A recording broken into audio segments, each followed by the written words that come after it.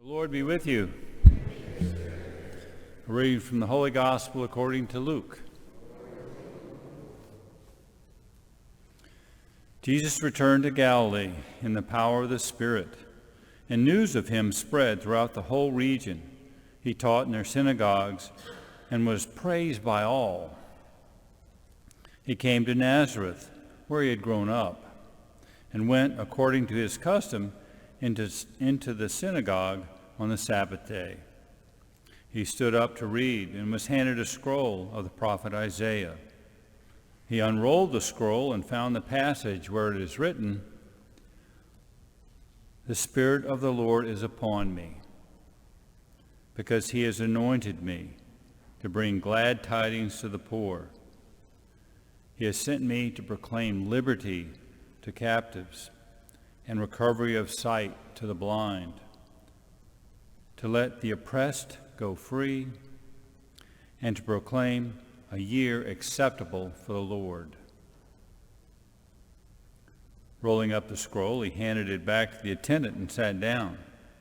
And the eyes of all in the synagogue looked intently at him. He said to them, "Today, this scripture passage is fulfilled in your hearing." And all spoke highly of him and were amazed at the gracious words that came from his mouth.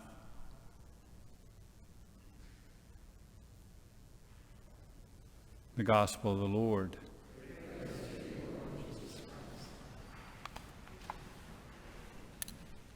Last night, after reading the readings and reflecting a little bit, the main point seems to be that God loved us first, and so we will love God, and we should also love his Son, begotten of God, and all of his adopted sons through baptism, which is all our brothers and sisters. We should love them. That's sort of the point. My youngest brother, years ago, lived in Mandeville, and one of his neighbors was Archie Manning. And everybody liked Archie because he was the quarterback for the Saints, and he had three boys, Eli, Peyton, and Cooper, and everybody liked them too, just because they were his sons. They were really cool and good kids, and so just because they were his sons, everybody liked him. And it's kind of the point in today's gospel where we're told that everybody loves Jesus, and it's because he is the Son of God. The people said that they were, spoke very highly of him. They praised him because of his preaching. And of course, he worked signs and wonders, and people were in awe in that. But he is the Son of God, and we love him because he is God's Son.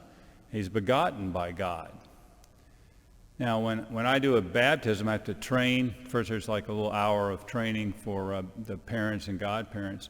And one of the graces that comes out of baptism is we are adopted as children of God. We become sons and daughters of God through our baptism. Just as we have natural birth through our parents, we have spiritual birth to become sons of God at our baptism. And it's a grace that just, it still just overwhelms me when I think about that. God adopts us as his children, but we become children of God.